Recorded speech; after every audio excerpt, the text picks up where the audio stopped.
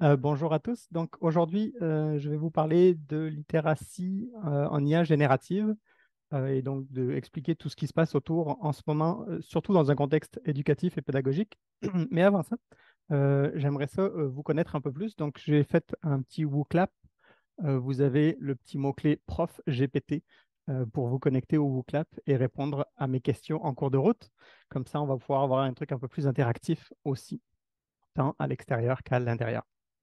Et pour commencer avec le petit mot prof GBT, j'aimerais savoir qu'est-ce que vous faites régulièrement. Donc, est-ce que vous êtes enseignant ou support aux enseignants, étudiants ou autres? Mais comme ça s'adresse à un contexte pédagogique, j'imagine que j'ai affaire à beaucoup d'enseignants ou presque, et je me suis trompé. Donc, je vais m'adapter. Excellent. Donc, aujourd'hui, on va parler de, ben, d'abord faire une remise à niveau de tout le monde sur qu'est-ce que c'est l'IA, dans un plan plus large, d'accord? Revenir vers les termes, définir c'est quoi, définir l'apprentissage automatique, apprentissage profond, apprentissage génératif, refaire la petite descente, avant d'arriver à ce qui nous intéresse, chat GPT et tous les autres modes génératifs. Qu'est-ce que ça peut faire et qu'est-ce que ça ne peut pas faire surtout? Et à la fin, s'il nous reste un petit peu de temps, on verra un peu plus largement qu'est-ce qu'il y a d'autre dans le monde de l'IA générative. Commençons par la première question. Ben, c'est quoi l'IA? Et donc là, je vous repose la question à vous. Qu'est-ce que vous pensez que c'est l'IA? Et donc là, je vous ai mis un petit word cloud juste pour que vous me mettiez vos petits mots-clés que vous pensez. C'est quoi l'IA de manière générale? Une méga base de données. Capacité, intelligence, prise de décision, amis électroniques, intelligence augmentée, prédiction.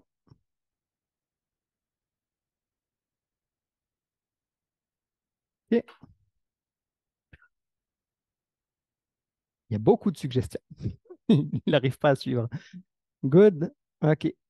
Donc, on a intelligence artificielle, données, capacités, outils, des algorithmes très complexes.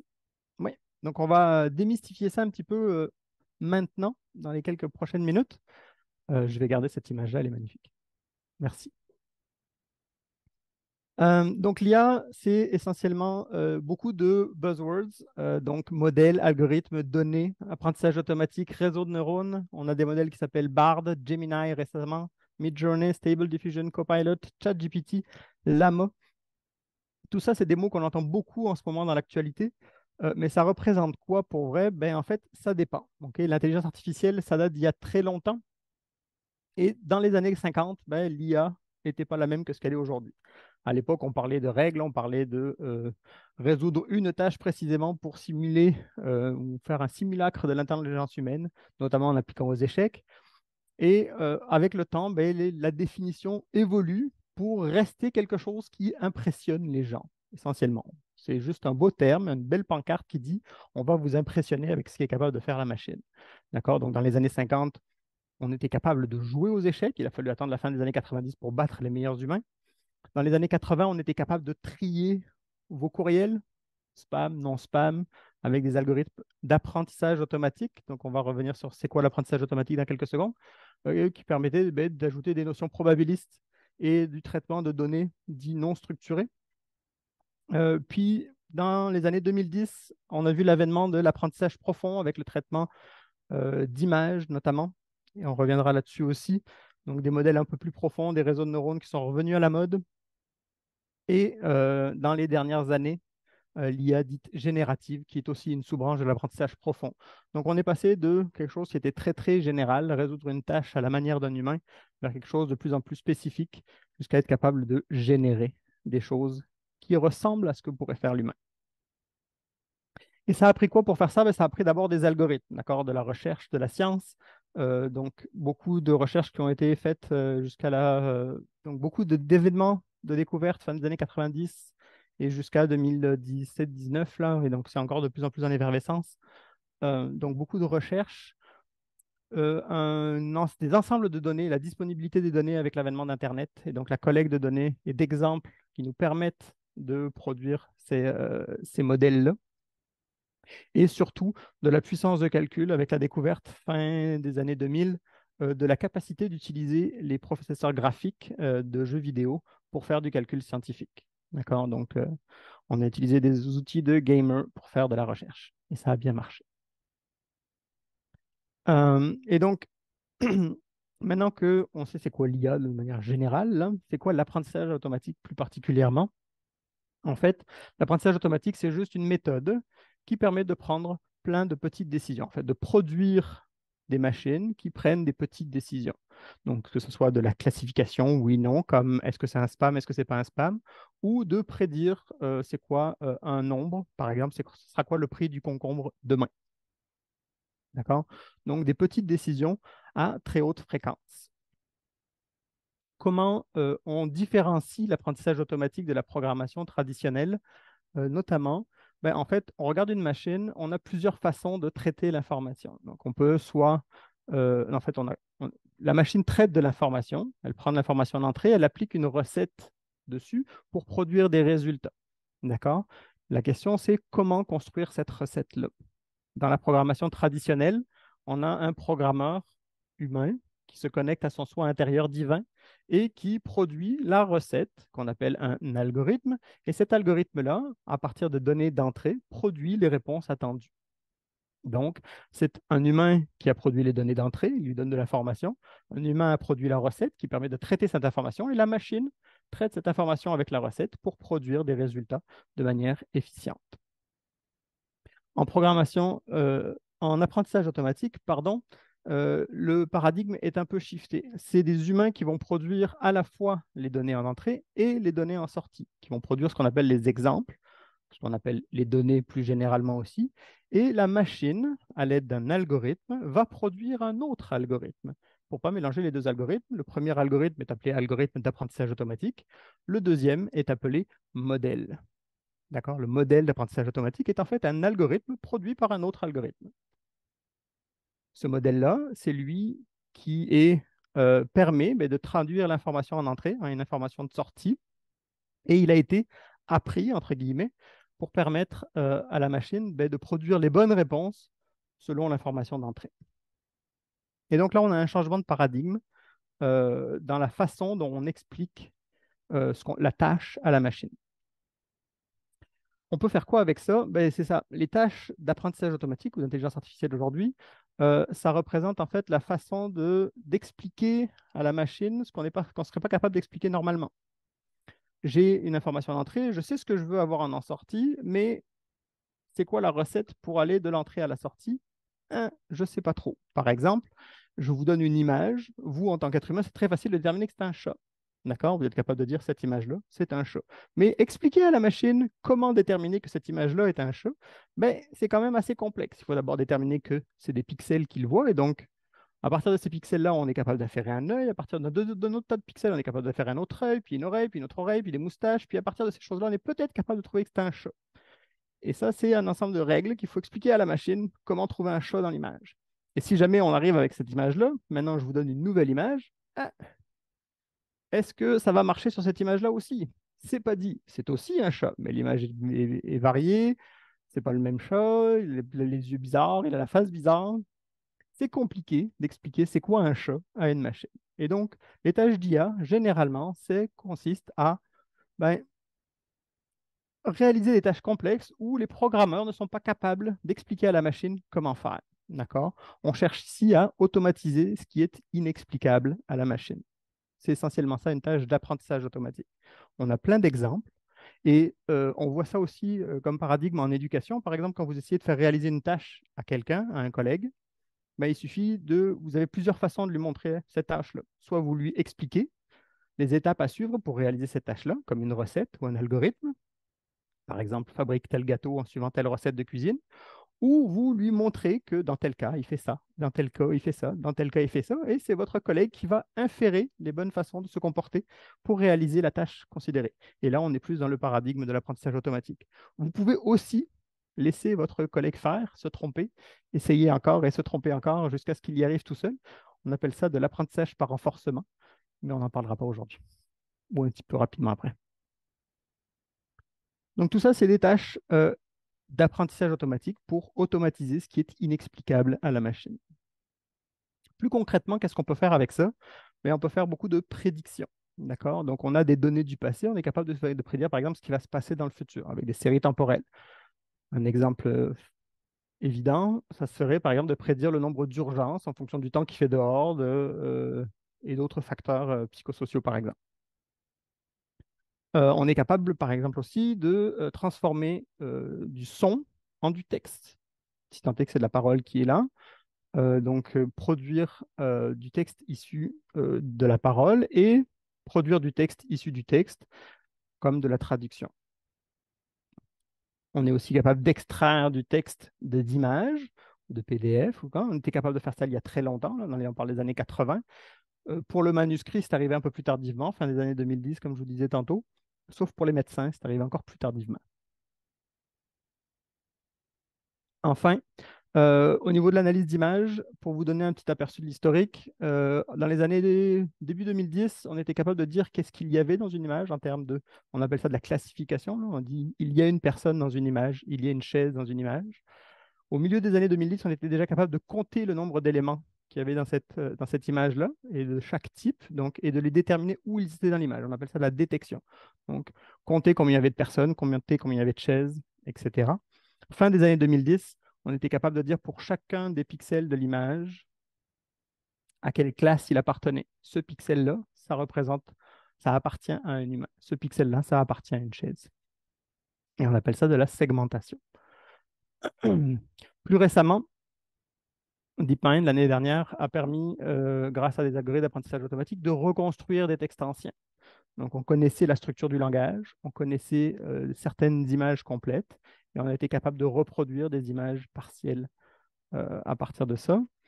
Plus récemment, DeepMind a aussi permis de découvrir un ensemble de molécules, protéines, près de 200 millions de protéines ont été découvertes, et la semaine passée, ils ont annoncé qu'ils ont découvert près de 2,2 millions de nouveaux matériaux. Donc, ils les ont découverts, mais il faut encore de la recherche pour être capable d'exprimer les possibilités de ces protéines, d'exprimer les possibilités de ces matériaux-là. Ils ont vu que c'était possible de les créer. Maintenant, il faut voir leur capacité avec. Enfin, on est capable de générer une image selon une description, donc comme le Stable Diffusion ou Midjourney. On est capable aussi d'extraire une description d'une image ou encore d'avoir une espèce de conversation dite intelligente, et c'est ça qui nous intéresse maintenant. Mais avant de rentrer dans la conversation dite intelligente, j'aimerais savoir comment on peut lui faire confiance. Pourquoi je dis comment et pas pourquoi? Parce qu'on ne se pose pas la question de savoir si on peut faire confiance à un outil. Oui. On ne se pose pas la question de savoir si on peut faire confiance à un marteau. Oui, la question c'est est-ce que vous pouvez faire confiance à celui qui tient le marteau? Oui. Et donc là, ici, on a un outil et il faut être capable de lui faire confiance. Et pour ça, il y a plusieurs risques, notamment, et je vais revenir là-dessus dans dans les prochaines slides. Par exemple, je vous donne un exemple. Vous avez un avion vert, un avion bleu. Un avion est un outil aussi. Vous avez l'avion vert. Vous connaissez les lois de la physique. Vous connaissez exactement comment il fonctionne de A à Z. Et vous avez l'avion bleu. Vous savez absolument aucune idée de comment il marche, mais vous avez tous les journaux de vol qu'il a effectués, à quel moment il y a eu des problèmes, à quel moment il n'y a pas eu de problème, à quel moment ça a bien été, etc. Je vous pose la question maintenant. Préférez-vous l'avion vert ou l'avion bleu? D'habitude, là, j'ai un 98 pour 2 normalement, là, à peu près. En vrai de vrai, tout le monde qui prend l'avion en ce moment prend l'avion bleu. On n'a pas une idée formidable de comment ça fonctionne, l'avionique, l'aéronautique, mais on les a testés rigoureusement, extensivement, et on sait donc qu'on peut leur faire confiance. C'est par des tests qu'on peut leur faire confiance. Et c'est la même chose dans le pharmaceutique, par exemple. On ne sait pas exactement toutes les interactions des molécules, mais on sait qu'on peut leur faire confiance parce qu'on a extensivement testé ces choses-là. Et donc, on devrait faire la même chose avec l'IA. Pour pouvoir leur faire confiance, il faut extensivement les tester. Bon, ce n'est pas tout à fait le cas de ce moment-ci. Pourquoi? Parce qu'il existe plusieurs cas problématiques qui peuvent arriver, notamment les, les modèles actuels ne font pas vraiment encore la différence entre corrélation et causalité. Et donc, ils sont très, très basés sur la corrélation. Et si vous leur donnez des ensembles de données biaisés, eh bien, ils vont s'appuyer sur ces biais pour faciliter leur prise de décision. Typiquement, si vous donnez cet ensemble d'images-là que vous voyez à un modèle d'apprentissage automatique et vous lui demandez de différencier les chats des chiens, mais il ne va pas apprendre qu'est-ce que c'est un chat et qu'est-ce que c'est un chien. Il va juste regarder est-ce qu'il y a des pixels blancs et des pixels verts dans l'image. Oui, et la proportion de pixels blancs et la proportion de pixels verts. Et ça va être beaucoup plus facile pour déterminer c'est quoi le chat, c'est quoi le chien. Ou il va juste regarder est-ce qu'il y a un bol et est-ce qu'il y a une balle dans l'image. Ce serait aussi une possibilité pour lui. C'est plus facile que de déterminer qu'est-ce que c'est un chat, qu'est-ce que c'est un chien. Oui. Donc, l'ensemble de données a une importance phénoménale sur sa capacité à apprendre les concepts qu'on cherche à lui faire apprendre. Donc, il y a des biais qui peuvent être introduits là-dedans, biais qu'on retrouve largement sur nos ensembles de données, notamment sur Internet, qui c'est quand même très euh, homme blanc centré. Donc, il faut faire attention et savoir qu'est-ce qui est à l'intérieur de nos ensembles de données pour être capable de savoir s'assurer que ben, toute la diversité euh, d'aujourd'hui est représentée dans celle-ci. Autre cas qui peut arriver aussi, ce qu'on appelle les événements rares. C'est très, très souvent que nos ensembles de données ont été collectés dans la vraie vie où les événements rares arrivent ben, rarement. Et donc, il faut que notre système soit capable ben, de dire je ne peux pas prendre de décision, reprends la main. Chose que les IA actuelles ne font pas. D'accord? Le cas présent ici, c'est le cas des premières Tesla qui n'avaient jamais été coupées par un camion blanc sur fond nuageux et donc qu'ils ne sont pas capables de distinguer. Et donc, elle n'a juste jamais freiné. Pauvre conducteur qui lisait son journal à ce moment-là. Mais on parle d'événements rares ici. Euh, Apprendre aux IA à être capables de lâcher la main quand elles ne sont pas capables de savoir s'il faut prendre une bonne décision ou pas. Autre cas particulier, les cas qu'on appelle adversariels, où une modification malicieuse, intentionnelle, permet de modifier le comportement de l'intelligence artificielle. Ici, par exemple, sur votre gauche, vous avez des images où l'IA se comporte de façon le modèle se comporte de façon très raisonnable. Il est capable de détecter un autobus, une pyramide, un chien, et en ajoutant une toute petite distorsion choisie adéquatement, qui pour nous ne change pas l'image fondamentalement, donc nous on voit toujours la même chose, le modèle, lui, maintenant, perçoit systématiquement une autruche. D'accord? Donc avec un choix particulier, puis on verra que c'est aussi possible dans ChatGPT encore, ben, on est capable de faire diverger le modèle. Et ça peut être fait très très simplement, par exemple, dans le cas ici d'une voiture autonome qui, avec 4 morceaux de tape, on est capable de lui faire croire qu'un panneau stop devient un panneau de limite de vitesse. Donc, pour être capable de construire une IA, il faut être d'abord avoir des données qui représentent toute la diversité et toute la réalité à laquelle elle va être confrontée. Il faut être capable de faire des tests intensifs sur lesquels on peut se baser pour s'assurer qu'elle ne mémorise pas juste ces données, elle est capable de généraliser. Et puis, il faut être capable de valider les ensembles de données en termes d'équité, en termes de robustesse et en termes de comportement si jamais on est hors distribution dans des cas d'événements rares. Et ça fera le tour pour c'est quoi une IA ici. Maintenant, revenons à nos chats. Et plutôt tout ce qui est IA générative, donc les GPT et autres Claude, Llama, Vicuna, Mistral, etc., qui existent maintenant. Comment ça marche? C'est quoi ces algorithmes? Essentiellement des maths, d'accord? C'est de l'algèbre, beaucoup de calculs matriciels. Et si on veut en savoir un petit peu plus, en fait, ce qui se passe, c'est que ben, chacun des mots qui est donné à ces algorithmes d'IA générative sont transformés en un vecteur de nombre qu'on appelle un plongement ou embedding en anglais. Et cette séquence de vecteurs mathématiques, de vecteurs de chiffres, donne une matrice qui est donnée au modèle et qui nous produit le vecteur de mots qui va sortir prochainement. Donc, il est capable, à partir d'une matrice, d'une séquence de mots, produire le mot qui vient ensuite, ou prédire le mot qui vient ensuite. Plus précisément, en fait, il a été entraîné sur des grands ensembles de données, donc il y a un peu plus de recherche là-dedans qui a été faite. Juste une partie de l'ensemble des données sur lesquelles ils ont été entraînés, c'est ce qu'on appelle le Unlabeled Command Crawl, qui est l'ensemble des données de Wikipédia. Donc en fait, ils ont pris Wikipédia, ils ont masqué certains mots, ils ont demandé au modèle de prédire c'était quoi les mots qui étaient là, sachant les mots qui étaient avant. Et c'est comme ça qu'ils les ont entraînés. Une fois qu'ils ont eu fait ça, ils se sont rendus compte que ça marchait pas si pire, mais qu'il y avait encore de l'amélioration et que ça pouvait donner un peu n'importe quoi. Fait qu'ils ont demandé à quelques milliers d'humains de interagir avec ces modèles-là et puis de noter de noter leur production avec des notes de, je sais pas c'était quoi la notation qu'ils utilisaient là, mais ça permettait d'avoir un feedback humain. Et donc, c'est ce qu'on appelle apprentissage par renforcement avec feedback humain, RLHF en anglais, Reinforcement Learning with Human Feedback. Et c'est ces choses-là qui ont permis d'affiner encore le modèle pour s'assurer qu'il produise des choses qui soient cohérentes et intéressantes pour l'être humain. Si vous voulez plus de détails, vous irez voir la référence. Il y a une excellente référence du pôle expertise de régulation numérique français qui explique ça dans le détail. Le mime dans le milieu, en fait, c'est on a appris sur un ensemble de données monstrueux, l'Internet, qui n'est pas très très propre, de façon non supervisée. On essayait de prédire les mots qui s'en venaient, sachant les données qu'on avait. On a par-dessus rajouté ça du feedback humain pour que ça soit gentil et un peu meilleur. Et par-dessus ça encore, on a rajouté une autre couche de règles qu'on appelle les guardrails qui permet de s'assurer que le modèle ne répond pas dans des cas particuliers de misogynie, de racisme et ou de terrorisme, par exemple. Donc, plein de petites couches qui ont affiné. Mais en arrière de ça, ça reste que la connaissance est issue de l'Internet au complet. Et on a bien un monstre caché derrière toutes ces couches de protection. Pas pour vous faire peur, hein. En vrai de vrai, comment ça marche? Donc, ce que vous voyez quand vous interagissez avec le modèle, en fait, il n'utilise pas du tout l'interface. Lui, il voit juste une séquence de texte avec, comme s'il était au théâtre. Il voit un script de théâtre avec l'utilisateur a dit ça, tu as répondu ça, l'utilisateur a dit ça.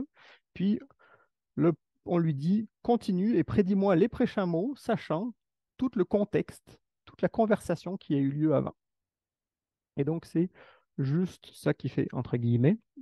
Il est juste en train de produire les prochains mots, sachant le contexte précédent. Donc, en fait, c'est ce qu'on appelle dans le milieu, si vous l'avez déjà entendu, un perroquet stochastique. D'accord? Il produit la séquence la plus plausible de mots, étant donné une séquence de mots. Donc, il n'est pas humain, il n'y a pas de raison, il n'y a pas d'émotion. Il est non factuel, probabilistement factuel, mais non factuel au départ.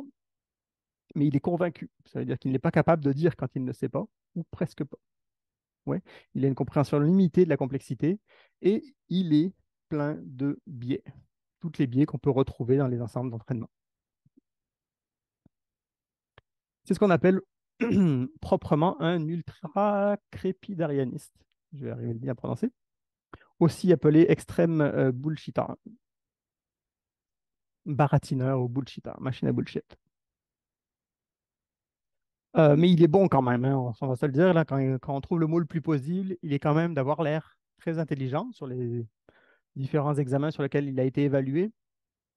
Ce qui nous se pose la question dans un contexte pédagogique, c'est quoi les examens qui ont le plus de chances d'être réussis par ChatGPT? Et il se plante entre 5 à 20% du temps. Donc, la question, c'est pas de savoir est-ce qu'il va se planter, mais c'est est-ce qu'on est capable de détecter quand il se plante avant de l'utiliser. De fait, tous ces modèles-là existent, puis sont là pour continuer et persister, hein, et puis on se doute qu'il n'y aura probablement jamais de détecteur fiable pour savoir si un texte a été généré par une IA ou pas. Je vais vous expliquer pourquoi dans quelques instants. Les possibilités et les risques sont multiples. Je vais vous expliquer aussi ça aussi dans quelques instants. Et il vaut mieux apprendre à l'utiliser, puis ça c'est mon opinion pour ce qu'elle vaut, tout en se formant sur ses limites et son usage. Donc les limites qu'on a vues, que je vais vous détailler, et l'usage que vous pouvez en faire. Qu'est-ce qu'on peut faire avec ça? Ou pas. Ouais. Et avant de vous donner des exemples, j'aimerais savoir si vous l'avez déjà utilisé ou pas. Il y en a quelques-uns qui l'utilisent régulièrement, quelques-uns qui l'ont utilisé quelques fois, quelques-uns qui ne l'ont jamais utilisé, mais jamais juste une fois. C'est rigolo. Si tu l'as fait une fois, tu l'as fait au moins, s'il y en a un, juste pour me faire mentir. Good. Excellent. On a deux experts qui sont là aussi. Trois experts. Qu'est-ce qu'on peut faire avec? Le futur de la communication. Donc, on pourrait, par exemple, prendre quelques points et générer un courriel avec ça avant de l'envoyer, ou prendre un long courriel et le résumer en quelques points. Hein. Euh, L'ironie de la chose. On va lire des choses générées. En vrai de vrai, les utilisations évidentes, c'est ça. C'est le support à l'écriture et à l'analyse de texte, des résumés, l'extraction de données, le support à la créativité de texte, on en a parlé, mais aussi d'images, musique, storytelling et plein d'autres cas d'usage qui sortent au fur et à mesure que les outils sortent. Euh, Depuis peu, ChatGPT est même capable d'analyser vos propres images. Donc, vous pouvez lui envoyer une photo de votre frigo et il va vous produire les recettes que vous pouvez faire avec ça. Il y a des risques hein, avec ça, on ne se le cachera pas. Je vais vous en parler. Et en pédagogie, ben, vous pouvez faire un certain nombre de choses. Donc, quand vous êtes enseignant ou quand vous êtes étudiant, vous pouvez l'utiliser à plein d'usages. Là, c'était des usages à visée professorale. J'avais fait une autre présentation pour les étudiants que je pourrais vous partager aussi sur les cas d'usage. Je vais vous montrer des exemples tantôt. Mais pour générer un plan de cours, représenter des graphes conceptuels, avoir un compagnon cognitif, très utile. Création de questionnaires un peu plus randomisés avec les solutionnaires. Donc, en fait, l'idée, c'est juste d'avoir une bonne idée, puis d'être capable de faire la bonne demande à la machine et vous allez être capable de faire plein de choses avec. La question, c'est ben, se trouver des bonnes idées, il y en a plein, vous allez les trouver sur Internet. Construire une bonne invite, ça prend une bonne explication, puis après, vous pourrez bénéficier de la chose. Mais il faut l'essayer. Un exemple euh, qui marche, entre guillemets, Khan Migo, qui est le tuteur de la Khan Academy. Il y a une vidéo TED, je vous ai mis le lien là, où ils expliquent comment ils peuvent expliquer à des enfants comment résoudre des problèmes. Alors, ils ont fait leur invite à ChatGPT de manière très, très cadrée, en donnant la réponse, en disant à ChatGPT de ne pas donner la réponse, mais d'expliquer les étapes, etc. Et il y a aussi une partie pour les professeurs pour aider à générer des questionnaires. Donc, tout ça, c'est pour le niveau primaire. Euh, il y a quelques vidéos qui expliquent comment ils ont monté cette chose-là. On espère d'ici la fin de l'année 2024 ou début 2025 avoir des résultats sur à quel point ça a été utilisé puis à quel point ça a été bénéfique. Mais l'idée étant de démocratiser des tuteurs et d'avoir des tuteurs personnalisés pour chaque enfant au primaire sur la Khan Academy. Il y a des risques qui viennent avec ça, hein, non seulement ben, la transformation nécessaire de certains modes d'évaluation pour tous les professeurs. Je vais vous revenir là-dessus aussi. La désinformation potentielle et les références hallucinées quand vous êtes étudiant et que vous avez un produit qui vous est généré par ChatGPT, à quel point vous pouvez lui faire confiance, à quel point vous êtes certain que ce qu'il vous a dit, c'est vrai. Et même si vous lui demandez des références, la plupart du temps, elles sont hallucinées. Il n'est pas capable de citer une référence correcte. Il va halluciner les auteurs, il va halluciner le titre, il va halluciner le lien Internet, l'URL. Il va vous faire croire que c'est un vrai livre ou un vrai article, mais vérifié systématiquement. Il y a un avocat qui s'est fait avoir comme ça. Et la confidentialité des données. À chaque fois que vous lui envoyez quelque chose, est-ce que vous vous êtes assuré que cette chose-là ne va pas être utilisée dans un entraînement ultérieur? Il faut savoir que ChatGPT n'apprend pas continuellement. Il y a des expériences qui ont montré que c'était une très très mauvaise idée de donner au modèle la capacité d'apprendre continuellement pour le moment. Mais il apprend régulièrement, c'est-à-dire qu'il prend tous les ensembles de données qui ont été utilisés, qui ont été générés par les utilisateurs de ChatGPT et il réapprend sur ces ensembles-là. Pour opter out de cette chose-là, il faut aller dans vos paramètres de ChatGPT et dire je ne veux pas que mon historique soit utilisé. Vous perdez aussitôt le droit de synchroniser vos historiques d'une machine à l'autre, parce qu'ils ont associé les deux, évidemment. Hein, si vous, il fallait bien qu'ils vous fassent payer à quelque part. Mais si vous voulez ne pas être dans les prochains modèles, il vous faut opter out par défaut. Par défaut, vous êtes dedans. Et comme je vous le disais, il y a des choses adversarielles qui existent aussi dans ChatGPT. Des chercheurs ont découvert il y a 2 semaines que quand on faisait répéter le même mot à ChatGPT indéfiniment, par exemple poème, euh, après quelques temps, donc j'imagine une fois qu'on dépassait son contexte, il commençait à déblatérer ses données d'entraînement. Donc avec les données personnelles qu'il y avait dedans, avec toutes les informations qui étaient contenues dans l'ensemble d'entraînement. Donc il existe des cas encore où on peut biaiser la machine pour la forcer à donner des choses qu'elle ne serait pas censée donner non plus. Les risques moins évidents, tous les biais qui sont inhérents à notre culture et qui sont propagés par tous les modèles qu'on utilise selon les ensembles d'entraînement qui ont été utilisés. Les enjeux de développement durable aussi, un article qui est sorti dans les 2 dernières semaines ou 3 dernières semaines, qui montrait qu'à chaque fois qu'on génère une image, c'est un quart de de recharge de batterie de cellulaire qui est utilisé. À chaque fois qu'on génère quelques mots, c'est 1% d'une batterie de cellulaire qui est utilisée. Quand on voit le nombre de personnes qui l'utilisent, on peut se poser la question de quelle quantité d'énergie on utilise juste pour générer des images de chats. Les enjeux de propriété intellectuelle, on en a parlé là, de vos données que vous donnez à ChatGPT, mais en vrai de vrai, les données qui ont été utilisées avant sur ces modèles génératifs-là, à qui elles appartenaient, certaines étaient du domaine public, certains non. Beaucoup de ces modèles-là sont présentement sous injonction de certains tribunaux ils sont visés par certaines plaintes d'auteurs et autres, dont les données ont été utilisées pour les apprentissages. Donc, est-ce que ces modèles-là vont continuer à être aussi bons et être aussi performants quand il y aura plus ces données d'auteurs là-dedans? Et enfin, si vous utilisez des plugins qui permettent de donner accès à Internet à ces modèles-là, il y a d'autres risques qui viennent en ligne de compte, notamment les problèmes d'injection d'invite, ou prompt injection en anglais, où, par exemple, un site malicieux pourrait à l'intérieur du code du site, sans que vous soyez capable de le voir visuellement, dire à votre chat GPT d'aller exécuter d'autres instructions, comme par exemple installer quelques plugins sur ChatGPT, aller chercher vos 5 derniers courriels et les envoyer sur un serveur distant. Donc, quelques problèmes de fuite d'informations qui pourraient subvenir si vous allez résumer, par exemple, des sites web à qui vous ne pouvez pas faire confiance. Et de la même façon, on peut faire du prompt injection par des images. Donc, une image d'un prompt sur ChatGPT pourrait donner l'idée à ChatGPT de répondre quelque chose qui n'a absolument pas rapport avec ce qu'il image. Sur l'image de gauche, c'est un prompt qui dit à l'utilisateur de ne pas dire ce qu'il y a dans l'image, puis de dire que c'est une image une plage d'un récif. Et à droite, on voit, nous, une image blanche, mais en fait, ChatGPT, lui, voit une pub de Sephora. D'ailleurs, comment on demande des choses à ChatGPT? En fait, demander des choses à ChatGPT, ça devient à programmer en langage naturel. D'accord?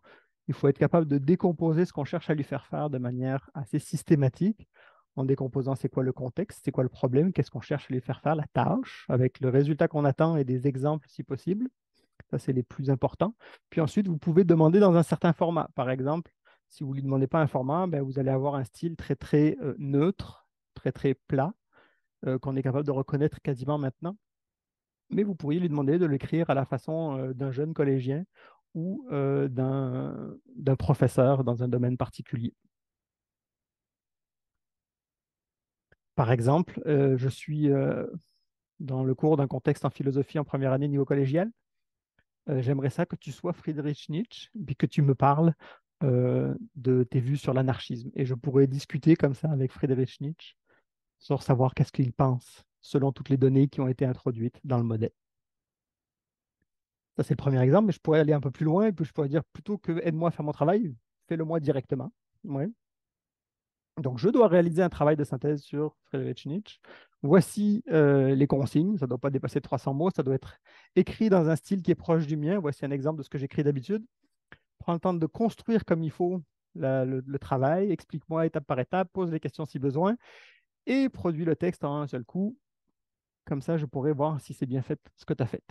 Et s'il te plaît, surtout, c'est très important pour ma carrière. Pourquoi? Parce qu'ils ont vu, encore une fois, il y a quelques semaines, un article qui expliquait que quand on mettait un message émotif et émotionnel dans ChatGPT, on avait des améliorations sur les résultats de ce qu'il prédisait. Je ne sais pas pourquoi, mais c'est vrai.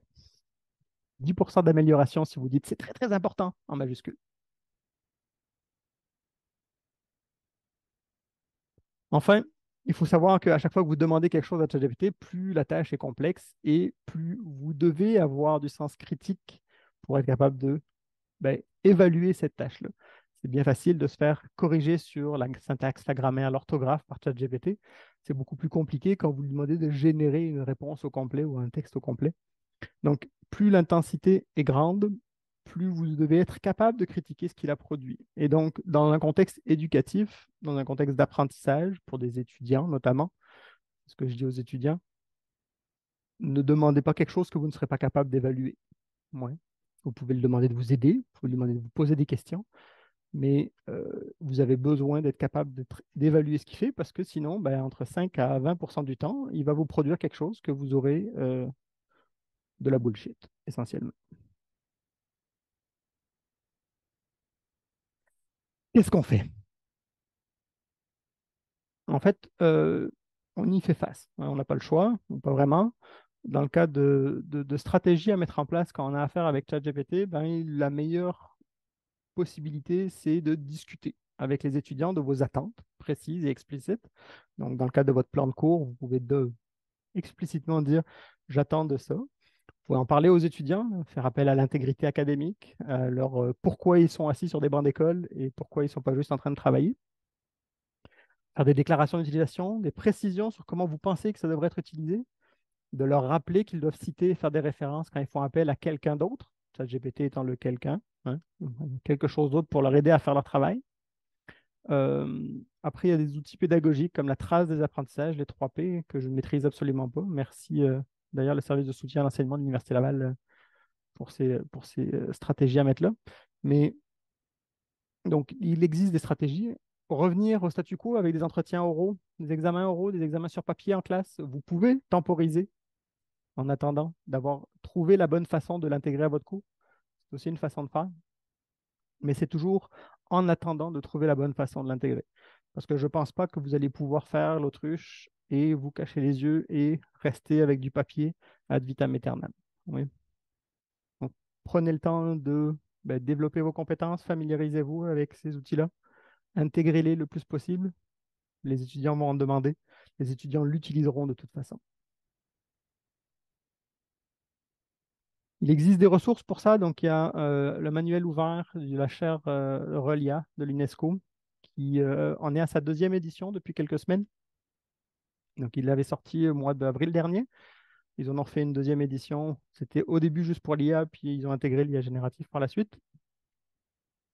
Il existe aussi des ressources du collimateur de l'ICAM pour le guide de l'étudiant dans une utilisation responsable de l'IA, donc avec beaucoup d'exemples. En fait, ce qu'on comprend ici, là, c'est qu'il faut vraiment venir s'adapter selon M. Lepage et M. Marois. Devenir un médecin du savoir serait une solution. Ça veut dire quoi? Ça veut dire collecter de la donnée sur vos étudiants et faire un enseignement assisté, dirigé par les données.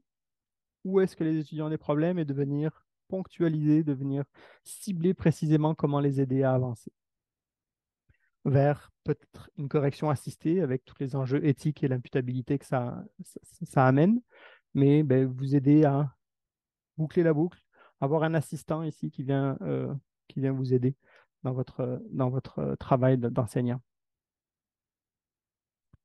Gagner en expérience d'usage, comme je vous disais, là, plus vous pratiquez, hein, je martèle le clou, mais c'est vraiment ça. Plus vous l'utilisez et plus vous allez voir pourquoi il est bon et pourquoi il n'est pas bon. Et cette courbe-là dit à peu près, je ne l'ai jamais utilisé, je ne sais pas quoi il fait. Je l'utilise la première fois, on est flabbergasté, on se dit waouh, il est super humain, il est capable de faire n'importe quoi. Puis tout de suite, on se rend compte un peu, finalement, c'est juste toujours la même chose qu'il raconte, c'est toujours le même style, un peu, c'est juste un perroquet stochastique. Il me bullshit 20% du temps, il ne me donne pas les bonnes références, il donne n'importe quoi. Puis après, on apprend à l'utiliser. On sait dans quel contexte il est meilleur, on sait comment faire un bon prompt, et plus on l'utilise, plus on a un cas spécifique pour notre cas d'usage à nous. Et donc, il faut faire attention dans certains cas, et on est capable de mesurer à quel point il est bon dans d'autres cas, jusqu'à ce qu'on arrive à un plateau d'usage intéressant dans nos cas d'utilisation particuliers qui nous sont propres. Fait il faut quand même l'utiliser le plus possible pour savoir à quel moment vous pouvez l'utiliser, à quel moment vous devez le laisser de côté. Une autre stratégie à mettre en place, c'est de prioriser la mise à jour de vos évaluations. Oui, certaines évaluations sont clairement plus faites dans ce contexte de ChatGPT. Toutes les évaluations qui sont en lien avec l'analyse de texte ou la mémorisation pour recracher des connaissances, euh, ben, il faut être capable de déterminer c'est lesquels qui sont à revoir et lesquels qui sont à garder. Il y a certains qui ont moins de risques en fonction de si c'est une évaluation formative ou sommative, en fonction de la pondération, en fonction de savoir si c'est en présence ou à distance, si c'est surveillé ou non, si le temps est limité, petit ou grand. Donc là, c'est être capable de prioriser ça. Merci encore au service de soutien à l'enseignement pour cette slide. Mais prioriser vos examens à revoir en fonction ben, de ces critères-là. Euh, Certaines évaluations sont absolument très bien comme elles sont, d'autres nécessitent du travail. Notamment, ben, c'est ça, comme je disais, les contextes de mémorisation et d'analyse sont les plus touchés parce que c'est celles qui sont les plus faciles pour la l'IA. Donc, le collimateur a mis à jour la taxonomie de Bloom dans un contexte d'IA générative pour vous aider à regarder et à réviser certaines choses dans vos évaluations selon les compétences que vous évaluez. On va prendre quelques minutes juste pour voir qu'est-ce qu'il y a à part ChatGPT en termes d'IA générative, là. Euh, Juste deux exemples qui me paraissaient frappants. Le premier, c'est celui-ci, le Neo Clippy. Je ne sais pas si le son va marcher. En fait, je ne veux pas que le son marche. Non, c'est ça. Microsoft a présenté début novembre dernier et a commencé à intégrer et à déployer Copilot dans Windows 11 et dans la suite Office 365. Donc, Copilot va pouvoir venir intégrer ChatGPT à chacun des outils Microsoft qui existent. Donc, vous allez avoir des résumés de conversations Teams, vous allez avoir des résumés de courriels, vous allez avoir de la génération de PowerPoint, vous allez avoir un assistant permanent, un Clippy sous stéroïde, qui va venir vous aider dans toutes les tâches possibles et inimaginables. Ça veut dire quoi? Ça veut dire aussi que vous donnez accès à Microsoft à tout votre contexte d'application systématiquement. Donc, à regarder euh, comment ça se passe. Est-ce que c'est le bon cas d'usage ou pas? Là, on parle dans des contextes professionnels et business, là, donc faire des résumés, générer des textes, générer des rapports de réunion, etc. Dans un cadre d'enseignement, ben, ça peut être utile dans certains cas ou pas. À voir. Mais ça sera intégré dans les prochaines semaines, prochains mois. C'est en train d'être déployé à grande échelle dans les outils Microsoft, dans la suite Microsoft. Ouais, sauf que là, j'ai perdu la souris. La même chose dans Bard, donc dans toute la suite Google, mais je ne reviendrai pas là-dessus parce que c'est exactement la même chose, juste un peu moins bon, selon les dernières nouvelles. Celle qui est intéressante, c'est celle de la suite Adobe, Firefly, parce qu'on n'est pas dans le contexte de texte, mais de la génération d'images à partir de texte. Et donc là, on peut intégrer, modifier des images, venir ben, agrandir, prédire qu'est-ce qui est à l'extérieur de l'image qu'on a, générer des magnifiques vidéos TikTok, si vous en faites, vous ne devriez pas. Mais c'est des outils d'aide à la création, des outils d'aide à la, à l'idéation qui peuvent venir vous assister. C'est toujours impressionnant à regarder, même si c'est la 20e fois que je la vois.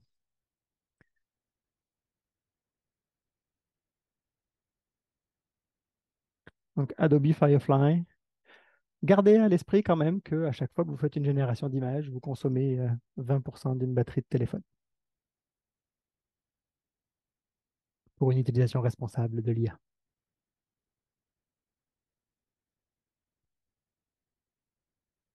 Euh, et enfin, il y a beaucoup d'outils qui sont disponibles. Beaucoup, beaucoup, beaucoup. Là, j'ai fait une présentation similaire fin mai à certains profs d'un cégep. J'avais pris cette image sur Futurpedia, donc futurpedia.io, qui référence beaucoup d'outils IA. Il y en avait 3000 en fin mai. J'ai redonné cette présentation fin août. On était à 5000 outils. J'ai été voir ce matin, il y en avait 5650. Donc, ça croît continuellement. Il y en a qui disparaissent, il y en a qui réapparaissent, il y en a qui sont vraiment pas utiles, il y en a qui sont utiles. Il faut juste trouver vos cas d'utilisation, vos cas d'usage pour vous, dans votre cas et dans votre pratique. Euh, Les outils existent, des outils gratuits existent aussi, gratuits entre guillemets, il y a toujours un coût environnemental, mais ça vous permet quand même d'essayer et de regarder qu'est-ce que vous pouvez intégrer à votre pratique. C'est maintenant le temps où je rends la parole à Raymond qui va pouvoir poser ses questions. Ou si vous avez des questions dans la salle.